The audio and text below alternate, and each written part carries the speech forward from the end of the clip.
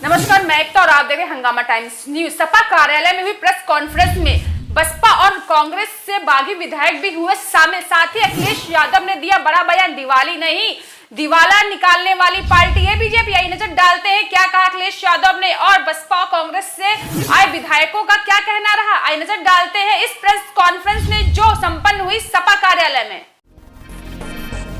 युवा पीढ़ी के लिए प्रेरणा है। इन पुस्तकों का विमोचन माननीय राष्ट्रीय अध्यक्ष श्री अखिलेश यादव जी के कर कमलों से संपन्न हो रहा है।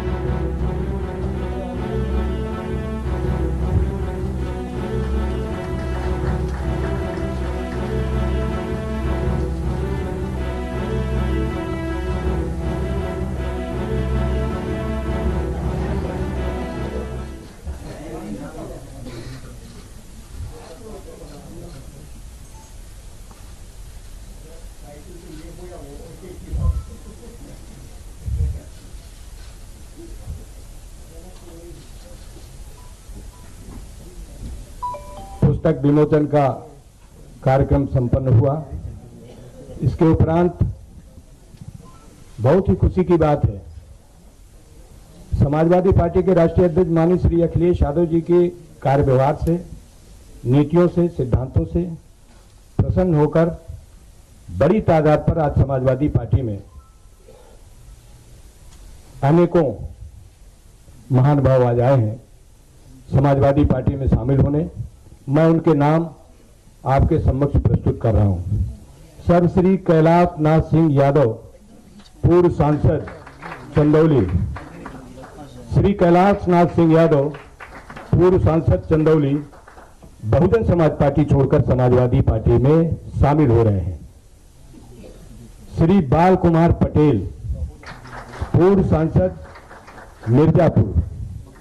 श्री बाल कुमार पटेल, पूर्व सांसद, कांग्रेस छोड़कर समाजवादी पार्टी में शामिल हो गए। श्रीमती कैसर जहां, पूर्व सांसद सीतापुर। श्रीमती कैसर जहां, पूर्व सांसद सीतापुर, कांग्रेस छोड़कर समाजवादी पार्टी में शामिल हो रहे हैं। श्री राम सिंह पटेल, पूर्व विधायक पट्टी प्रतापगढ़।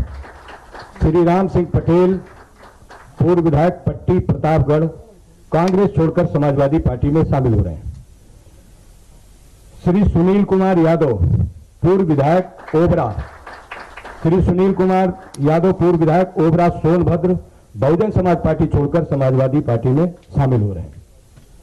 श्री रमेश राही, पूर्व विधायक, श्री रमेश राही, पूर्व विधायक हरगांव सीतापुर, कांग्रेस छोड़कर रमेश राही जी समाजवादी पार्टी में शामिल हो रहे हैं। श्री धीरेन्द्र प्रसाद, पूर्व विधायक पुआया शाहजहांपुर। श्री धीरेन्द्र प्रसाद।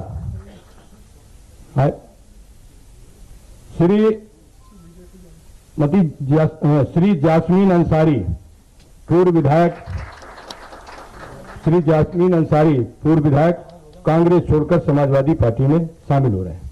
श्री अशफाक खां, पूर्व प्रत्याशी बहुजन समाज पार्टी सीतापुर।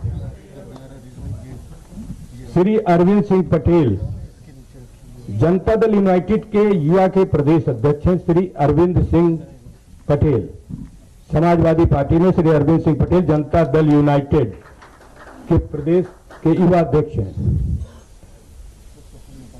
श्री आशीष मिश्रा, पूर्व चेयरमैन नगर पालिका सीतापुर। श्री आशीष मिश्रा, पूर्व चेयरमैन नगर पालिका सीतापुर। श्री मोहम्मद अहमद, पूर्व चेयरमैन महमूदाबाद सीतापुर। मोहम्मद अहमद साहब समाजवादी पार्टी में शामिल हो रहे हैं। श्री शत्रुघ्न प्रसाद वर्मा, मुख्य जोनल कोऑर्डिनेटर बलरामपुर। श्री शत्रुघ्न प्रसाद वर्मा, मुख्य zonal coordinator Balrampur, Samajwadi party में शामिल हो रहे हैं। श्री राजेश प्रजापति, प्रदेश अध्यक्ष सर्वश्रेष्ठ दल, क्षमा करिएगा, मैं वो छपने में सर गलती, क्षमा करिएगा। श्री राजेश प्रजापति, राष्ट्रीय अध्यक्ष सर्वश्रेष्ठ दल, अपने विलय समाजवादी पार्टी में अपने पूरे संगठन को विलय की घोषणा कर रहे हैं। इनका बहुत बहुत धन्यवाद।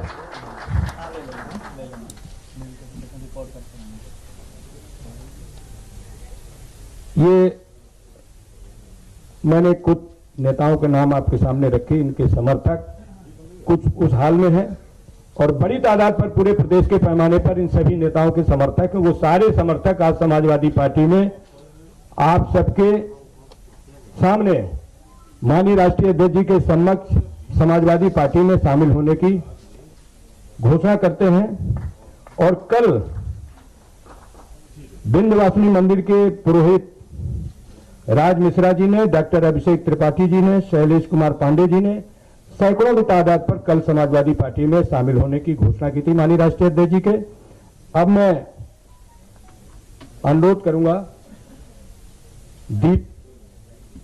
सर्वप्रथम श्री अभिषेक कुमार शर्मा अंतर्राष्ट्रीय साइकिल यात्री से अनुरोध हो कि हमें और संक्षिप्त शब्दों में मीडिया के सामने अपनी बात रखें। श्री अभिषेक कुमार शर्मा।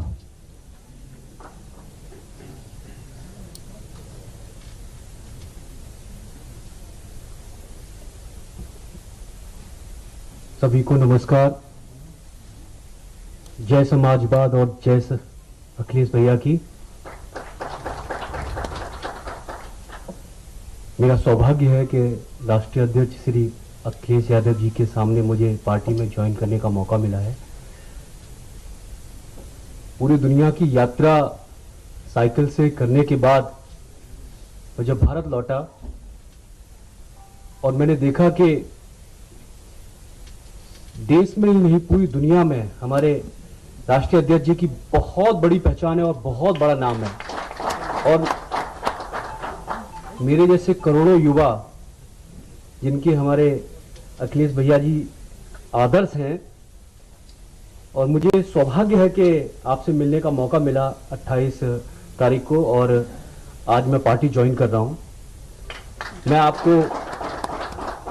आपको बताना चाहूंगा दो तीन चीज़ों जिनको मैंने गौर किया उत्तर प्रदेश में साइकिल यात्रा, भारत में साइकिल यात्रा, पूरी दुनिया में साइकिल यात्रा के माध्यम से, कि भैया ने जो एक्सप्रेसवे बनाया है वो दुनिया का सर्वोत्तम क्वालिटी का सबसे अच्छा एक्सप्रेसवे है। मैंने दुनिया के जितने भी बेहतरीन एक्सप्रेसवे हैं, चाहे वो जर्मनी के ऑटवन हो, चाहे यूएस के इंटरस्टेट्स हाईवेज हो, फ्रीवेज हो, सब पे चलाई है साइकिल। और ये मेरा सौभाग्य है कि मुझे एक्सप्रेसवे पर भी साइकिल चलाने का मौका मिला अभी जब मैं दिल्ली से। तो मेरे जैसे करोड़ों युवाओं ने ठाना है कि हम 2022 में अखिलेश भैया को मुख्यमंत्री जी बनाएंगे। और मैं ये यकीन से कहता हूँ, जिस तरह से प्रदेश में माहौल बन रहा है, हजार लोग हमारी पार्टी से जुड़ रहे हैं, कि अखिलेश जी और मेरे आदरणीय अध्यक्ष जी और आप सभी हमारे प्रदेश को बहुत बुलंदियों पर ले जाएंगे। आपका बहुत धन्यवाद। और मैं आप सभी से हाथ जोड़कर प्रणाम करता हूं, जितने भी हमारे पार्टी के सम्मानित गणमान्य सदस्य हैं सभी का, और सभी मीडिया बंधुओं का बहुत धन्यवाद आपका। Thank you. धन्यवाद। अभिषेक जी ने पार्टी ज्वाइन करने की घोषणा की है, उनका धन्यवाद। समाजवादी पार्टी में उनका स्वागत। मैं अनुरोध करूंगा लेखक दीपक पांडे जी से, जिन्होंने आज काला धन जिन्होंने मंदी के जनक पुस्तक का विमोचन दीपक पांडे जी ने माननीय राष्ट्रीय अध्यक्ष जी के कर कमलों से कराया है। मैं दीपक पांडे जी से अनुरोध करूंगा हमें और संक्षिप्त शब्दों में अपनी बात रखें। मंच पर उपस्थित सभी आदरणीय का हार्दिक अभिनंदन और आप सभी उपस्थित महानुभावों का तहे दिल से शुक्रिया कि आप इस पुस्तक विमोचन कार्यक्रम में शिरकत की और अपनी उपस्थिति दर्ज कराई। आज इस मंच के माध्यम से मोदी सरकार के द्वारा लिए गए नीतिगत फैसले से देश में जन्मे आर्थिक मंदी की सच्चाई से आप सभी को अवगत कराना चाहूंगा। जैसा कि अब समस्त भारत का जनमानस जान चुका है, समझ चुका है कि नोटबंदी देश की सबसे बड़ी आर्थिक आपातकाल प्रायोजित लूट और देश को आर्थिक त्रासदी की तरफ धकेलने वाला हड़बड़ी में तानाशाही तरीके से लिया गया एक अपरिपक्व राजनीतिक फैसला था, क्योंकि नोटबंदी करने से पहले मोदी सरकार ने आरबीआई से पूछा तक नहीं था, जबकि देश के सभी बड़े आर्थिक फैसले बिना आरबीआई की अनुमति से नहीं लिए जाते हैं। आपको ज्ञात हो कि 1.25 महीने बाद आरबीआई ने नोटबंदी का जो परमिशन दी थी कि आप नोटबंदी कर सकते हैं, नोटबंदी के 1.25 महीने बाद तो इससे आप देख सकते हैं कि जैसे एक देश था अर्जेंटीना, अर्जेंटीना में क्या हुआ था कि वहाँ की सरकार वहाँ के रिजर्व बैंक पे हनक और अपना दबीज बनाना शुरू की और वहाँ की अर्थव्यवस्था पूरी ध्वस्त हो गई। और ठीक वही काम यहाँ भी हो रहा। आपने देखा होगा जब जब भी सत्ता ने रिजर्व बैंक पे अपना वर्चस्व बनाने की कोशिश की है तो यहाँ के अधिकारी जो हैं उससे कट के छोड़ के भाग हट जाते हैं, जो कि हमारी अर्थव्यवस्था के लिए एक अभिशाप बनता चला जा रहा है। नोटबंदी ने मंदी को जन्म दिया, उसके बाद जीएसटी और मोदी सरकार की अन्य नीतियों ने उसे पाल पोस के बड़ा किया। इतनी बड़ी जो मंदी आ गई है भारत में, ये मोदी सरकार की नीतियों के कारण है। आपको बता दें भारत में स्टार्टअप फंड देने के लिए बहुत कम कंपनियां हैं। स्टार्टअप फंड के नाम पे चीनी कंपनियों ने भर भर के इतना इन्वेस्टमेंट कर दिया है। इंडिया का जो है आपने देखा होगा कालीन मार्केट, इस टाइप जो छोटे छोटे उद्योग धंधे थे सारे बंद हो गए और जिसकी वजह से मंदी ने विराट रूप ले लिया। ट्रेड वार, आपको बताना चाहूंगा कि 1980 के दशक में ट्रेड वार हुआ था, तो इस ट्रेड वार का फायदा लेते हुए चीन ने अपने यहाँ मैन्युफैक्चरिंग हब बना लिया था। आज फिर अमेरिका और चीन के बीच में ट्रेड वार हो रहा है। अगर भारत चाहता तो इस ट्रेड वार का लाभ लेकर के अपने आप को मैन्युफैक्चरिंग हब बना करके एक बड़ा विशाल मैन्युफैक्चरिंग हब बना लेता और उसके बाद RCEP में इन्वॉल्व होकर के पूरे विश्व की 20% मार्केट में जा करके व्यापार कर सकता था। लेकिन मोदी सरकार ने इन दोनों फैसलों से पीछे पैर खींच लिया, जिसकी वजह से देश में बेरोजगारी चरम पे पहुंच गई। अगर हम मैन्युफैक्चरिंग हब अपने आप को बना लेते तो हमारी सबसे बड़ी समस्या जो बेरोजगारी थी उसका समाधान हो सकता था। लेकिन इनको पता है कि अगर आप के पास रोजगार होगा, आपके पास शिक्षा होगी, तो आप इनके चलाए जाने वाले एजेंडे में नहीं फंसेंगे। उसके बाद मैं लास्ट कहूंगा कि क्या हुआ है कि मोदी सरकार ने एक नेक्सस बनाया है। NCLT एक राष्ट्रीय कानून है जिसके माध्यम से बहुत सारी, आप जाकर के NCLT के बारे में अगर गूगल पे डालेंगे तो आपको मिलेगा कि 12,000 करोड़ की कंपनी को NCLT में जाकर के सरेंडर किया जाता है, 2,000 करोड़ में बिकती है। उसके बाद क्या करता है, 400 करोड़ बैंक से लोन लेकर के डाल देते हैं और उसके बाद उस कंपनी को फिर से 12-15,000 करोड़ करके फिर से वो उनके पास सारा पैसा आ जाता है। तो क्या ये हुआ है कि भ्रष्टाचार का सरकारीकरण हो गया है। मोदी सरकार में भ्रष्टाचार का सरकारीकरण हो गया है। बहुत शॉर्ट समय में मैं इसी के साथ अपने शब्दों को विराम देता हूं। आप सभी का बहुत बहुत धन्यवाद। इसी के साथ मैं राष्ट्रीय अध्यक्ष जी के सामने पार्टी में शामिल होने के लिए निवेदन करता हूं। धन्यवाद दीपक जी। अब मैं श्री नरेंद्र प्रताप सिंह, लेखक नरेंद्र प्रताप सिंह को आमंत्रित करता हूं वो आगे और अपनी बात रखें। बहुत बहुत धन्यवाद माननीय प्रदेश अध्यक्ष जी। मैं बहुत ज़्यादा समय नहीं लूँगा। मैं इतना बस कहना चाहता हूँ कि सहृदयी व्यक्तित्व मुस्कुराता हुआ चेहरा जिसका, सहृदयी व्यक्तित्व मुस्कुराता हुआ चेहरा जिसका, हर एक पल समाज हित में कटे जिसका, अपने पराये में कभी फर्क नहीं करते, अखिल विश्व के इस हैं अखिलेश नाम जिनका। मैंने जो काला धन पुस्तक लिखी है और उसमें मैंने ये दिखाया है कि काला धन जो है वो नोटबंदी के द्वारा कितना अपने देश में आया। तो सर्वप्रथम मैं आज के इस ऐतिहासिक कार्यक्रम में गरिमामय उपस्थिति परम आदरणीय माननीय राष्ट्रीय अध्यक्ष अखिलेश यादव जी एवं समस्त यहाँ पर जो लोग हैं इसमें सभागार में सभी का मैं आभार प्रकट करता हूँ। वास्तव में आज का दिन जो है बहुत ही चिंता एवं चिंतन का दिन है। समानांतर अर्थव्यवस्था के नाम से विख्यात काला धन किसी भी देश के लिए अभिशाप होता है। समस्त प्रकार के भ्रष्टाचार की जननी काला धन है और काले धन को समाप्त करने के लिए और इसको कम करने के लिए पूर्व में बहुत सी विधियां अपनाई गई। लेकिन 8 नवंबर 2016 की जो रात्र की जो ये घटना थी, अगर उस हिसाब से देखा जाए तो ये घटना नहीं, ये बहुत बड़ी दुर्घटना है। क्योंकि इसको दुर्घटना नाम देना इसलिए उपयुक्त होगा क्योंकि इस दिन पता नहीं कितने लोगों की जानें चली गईं, कितनों की शादियां टूट गईं, किसानों को खाद पानी नहीं मिल पाया, अस्पतालों में पता नहीं कितने लोग मर गए, उनकी जानें चली गई और उनको दफन के लिए कफन का पैसा नहीं था लोगों के पास। ये स्थिति थी। लेकिन क्या जो 8 नवंबर को नोटबंदी की गई थी उसके उद्देश्य क्या पूर्ति हो पाई? ऐसा एक बहुत बड़ा प्रश्न है। और नोटबंदी के उद्देश्य जो थे क्या था कि काला धन हम वापस लाएंगे और जो यहाँ पर भ्रष्टाचार है उसको समाप्त किया जाएगा, नक्सलवाद है इसको खत्म किया जाएगा, आतंकवाद खत्म होगा। क्या ऐसा हो पाया? नहीं हो पाया। अब भारत की जनता से वादा किया गया था कि विदेशों में जमा काला धन अपने यहाँ आएगा और सबको बांटा जाएगा। लोगों ने खाता भी खुलाया, वही दशा हो गई कि गांव के लोग जानते हैं कि घर के धान प्यार में डाल देना। वही वो अपने जेब से पैसा लगाकर लोगों ने खाता खुलाया, लेकिन पैसा नहीं आया, एक सपना रह गया। और अगर वास्तव में देखा जाए तो काला धन अगर निकला तो कहां से निकला? महिलाओं, जो जोर बटोर के लोग गांवों में पैसा रखते हैं और किसान और टूटे फूटे जंग लगे बक्से में, और वो बक्सा जो कि पीछे से जंग लग जाता है, लोग दफ्ती लगाकर रखते हैं, कपड़े उनके नीचे पैसा रखते हैं, वो काला धन, वही इनके नजर में काला धन हुआ। इसके अलावा कुछ भी आज तक काला धन नहीं आया। एक आरबीआई की रिपोर्ट में कहा गया कि 98.7% जो नोट 1000 के थे वो जो चलन में थे 98.7% वो बैंकिंग सिस्टम में वापस आ गए और 1.3% जो रह गया वो नहीं आया। तो काला धन वो गया कहाँ काला धन? तो 1.3% जो हुआ वही हुआ जो फटे कट नोट जो लोग अपने जमीन में गाड़ी किसान और गरीब लोग रखते थे वो बेचारे लाइनों में नहीं लग पाए।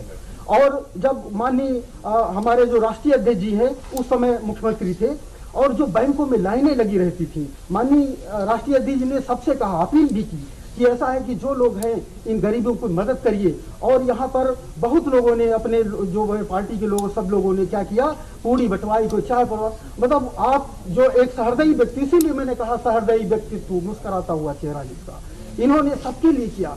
अब आप ये समझिए कि किस तरीके से और जो माननीय राष्ट्रीय अध्यक्ष जी के द्वारा, अब मैं बहुत ज्यादा बात नहीं अपनी करूंगा, मैं यही कहना चाहता हूं कि कथनी करनी में अंतर जिनके उनका होता है काला मन, अब तक नहीं खोज पाए जो देश का दुश्मन काला धन, नोटबंदी का गलत फैसला नहीं ला सके काला धन, अर्थव्यवस्था चौपट हो गई, कहाँ छुपा है काला धन। इसी के साथ मैं अपनी बात को समाप्त करता हूँ और बहुत बहुत धन्यवाद। धन्यवाद महोदय। अब मैं माननीय राष्ट्रीय अध्यक्ष जी से अनुरोध करूंगा कि हमारे प्रेस के भाई हैं उनके समक्ष अपनी बात रखें।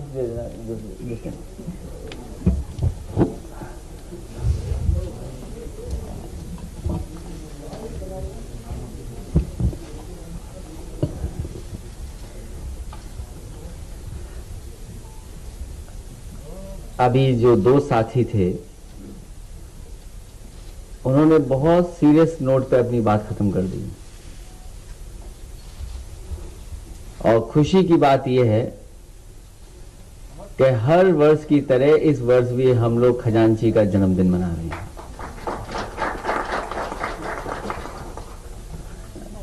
आंकड़े अब सबके पास हैं। जो नोटबंदी के आंकड़े हैं उसकी जानकारी सबके पास है और सबसे बड़ी तकलीफ उन लोगों की हुई, सबसे ज्यादा तकलीफ में वो लोग आए जिन्होंने कभी काला धन बनाया ही नहीं। जिन्होंने कभी काला धन बनाया नहीं वो सबसे ज्यादा तकलीफ में, और जिन्होंने काला धन बनाया वो भारत छोड़कर ही चले गए।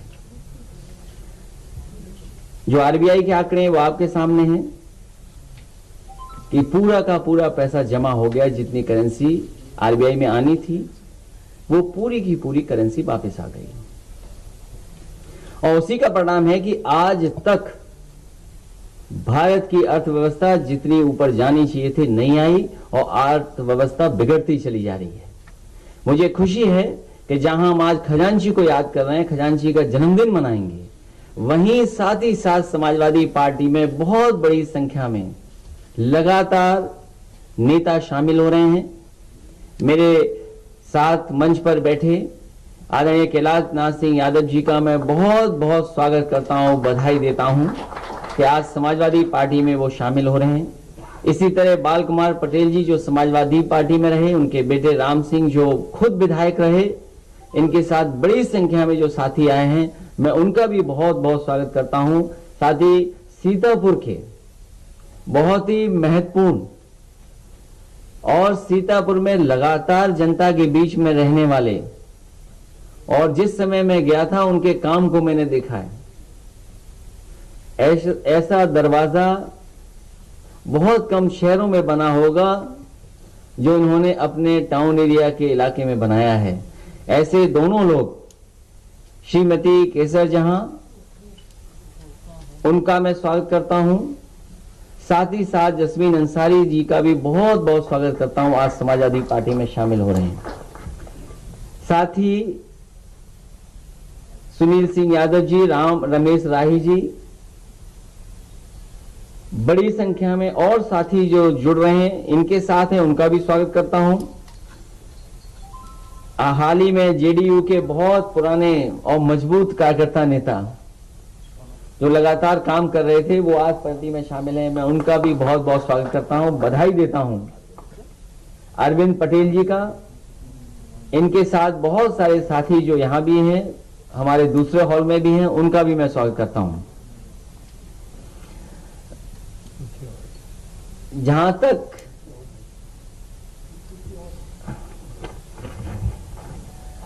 क्योंकि सबके नाम पढ़ पाना मुश्किल है, क्योंकि अध्यक्ष जी ने पढ़ दिया, इसलिए अध्यक्ष जी ने जिन नामों को जोड़ा है उन सभी साथियों का स्वागत करता हूं, लेकिन विशेष स्वागत मैं करता हूं अपने साइकिल चलाने वाले साथी का।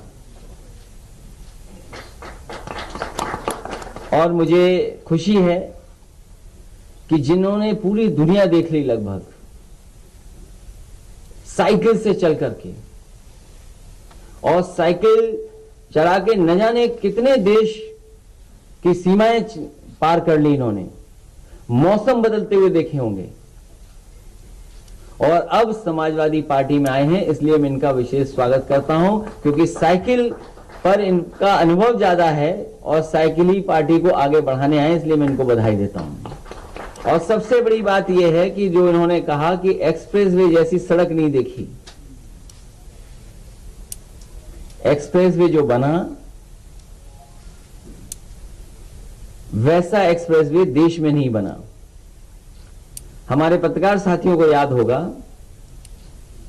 कि एक एक्सप्रेसवे बनाने की खुशी मनाने की तैयारी सरकार की थी, और सरकार ने यह दावा किया था कि समाजवादी पूर्वांचल एक्सप्रेसवे दिवाली तक खुल जाएगा। अब हमारी दिवाली तो आ गई, भारतीय जनता पार्टी की दिवाली कब आएगी?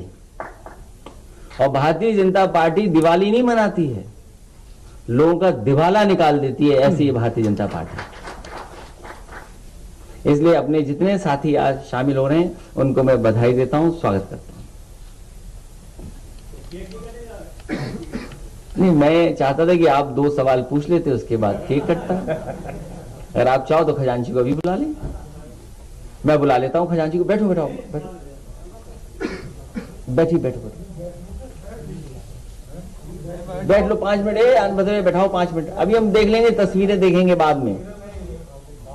और ये तस्वीरें क्यों दे रहे हो हमको? अच्छा ठीक ठीक ठीक। अरे ये तो मांस के अंदर भी खैनी खा लेते हो। लाइए हमें दीजिए, ये मांस तो बचाने के लिए है।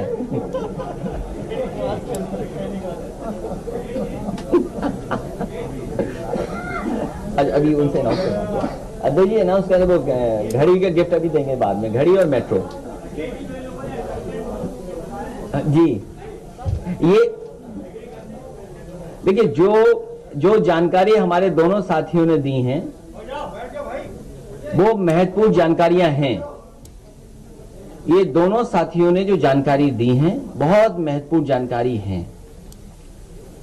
आज जो अर्थव्यवस्था की हालत है उसका कोई जिम्मेदार है तो भारतीय जनता पार्टी जिम्मेदार है। भारत के लोगों को कुछ मिला नहीं, गरीब को मिला नहीं, किसान को कुछ मिला नहीं, नौजवान को कुछ मिला नहीं, व्यापार हमारा खत्म हो गया। और केवल बड़े व्यापारी नहीं खत्म हुए, छोटे दुकानदार, छोटे व्यापारी, उनका सबका अगर किसी ने नुकसान किया तो भारतीय जनता पार्टी ने किया है। भारतीय जनता पार्टी को केवल नोटबंदी से यह फायदा मिला कि उत्तर प्रदेश उन्होंने जीत लिया, और कई बार बहुत सारे भारतीय जनता पार्टी के नेता और कई जगह से ये बात आती थी कि ये नोटबंदी हुई है, ये नोटबंदी इसलिए हुई है कि उत्तर प्रदेश में कैसे भी भारतीय जनता पार्टी जीत जाए। नोटबंदी ही नहीं बल्कि बड़े बड़े फैसले जो सरकार ने लिए हैं उससे जनता को निराश किया है। भारतीय जनता पार्टी ने पूरे देश की जनता का भरोसा तोड़ा है।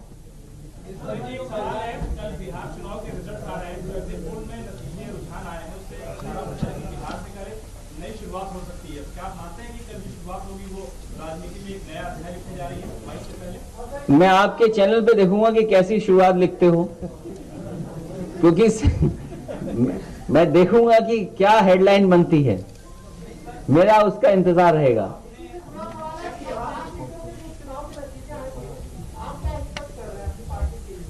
भाई हमारे पास कोई एग्जिट पोल की मशीनरी नहीं है कि हम कैसे बता दें, लेकिन मैं ये बता दूं कि भारतीय जनता पार्टी धांधली, धोखा, प्रशासन के माध्यम से जो कुछ कर सकती थी वो किया है। तमाम लोगों के लिए जो व्यवस्था करनी थी सरकार को नहीं की। व्यवस्था ये की कि ये वोट निकल के ना आ जाए बाहर। कुछ जगह पर तो सूचनाएं ऐसी हैं, क्योंकि अभी हम बात उसको बढ़ाना नहीं चाहते हैं। 10 तारीख का जब रिजल्ट आ जाएगा, जब कभी दोबारा हम और आप बैठेंगे दिवाली से पहले, आप बूथ वाइज पूछ लेना, हम बता देंगे कि प्रशासन क्या कर रहा था। कुछ बूथों की हमें वीडियो है हमारे पास, जब हम और आप बैठेंगे तो वीडियो में दिखा दूंगा कि किस तरीके से पुलिस ने क्या काम किया है। अध्यक्ष जी, एक सबसे बड़ा सवाल है, कानून व्यवस्था की तमाम छिटपुट घटनाएं सामने आई हैं। ऐसे में घटना आई है भदोही के भाजपा सांसद को कर्मचारी के लिए फोन किया है लोगों ने, तो ऐसे में आम आदमी के लिए कानून व्यवस्था को आप किस रूप में देखते हैं? ये सरकार हटे, कानून व्यवस्था ठीक होगी।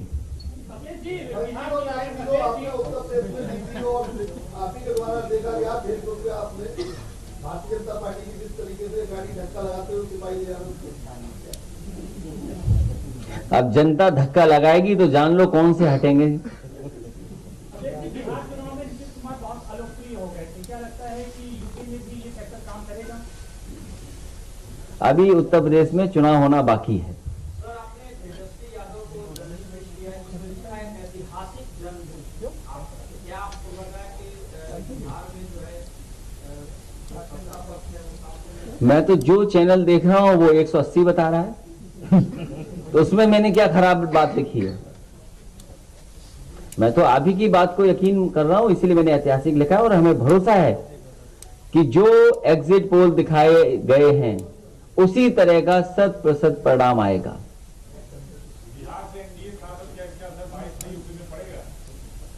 समाज को और समाज में नफरत फैलाने की शुरुआत जिन्होंने की थी उनकी अंत होना शुरू हो गया है। भारत के बाहर भी ऐसे लोग जो समाज को बांट के काम करना चाहते थे, उनको जनता ने क्या रास्ता दिखा दिया, और रास्ता ऐसा दिखाया है कि अब दोबारा उस रास्ते पे नहीं चल सकता कोई। मुझे तो खुशी है इस बात की कि वहां पर एक ग्रुप ऑफ जो जर्नलिस्ट हैं उन्होंने ये दावा किया कि वहां के 4 साल में एक राष्ट्रपति ने 22,000 से ज्यादा झूठ बोले। ये हम खुला आपको देते हैं मौका कि आप उत्तर प्रदेश के मुख्यमंत्री और दिल्ली की सरकार के कम से कम झूठ गिन लो तो लाखों में झूठ निकलेंगे। अगर अमेरिका में 4 साल में 22,000 बार झूठ बोला गया हो, 22,000 झूठ, और अगर हमारे साथी गिन लें यहां पर उत्तर प्रदेश के झूठ और दिल्ली वाले झूठ मिलाकर के, तो कम से कम लाखों निकलेंगे। वैसे यूपी का पल्ला भारी है।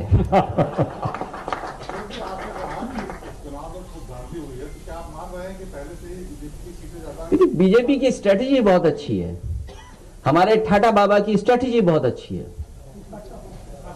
इस्लामिक सेंटर ऑफ इंडिया ने एक लेटर लिखा है भारत सरकार को कि हज यात्रियों को रियायत दी जाए इनकम टैक्स से, जीएसटी से फ्री किया जाए हज को। आप क्या कहेंगे? हम तो कहेंगे कि बहुत सी चीजें फ्री होनी चाहिए। एक्सप्रेस वे फ्री होना चाहिए।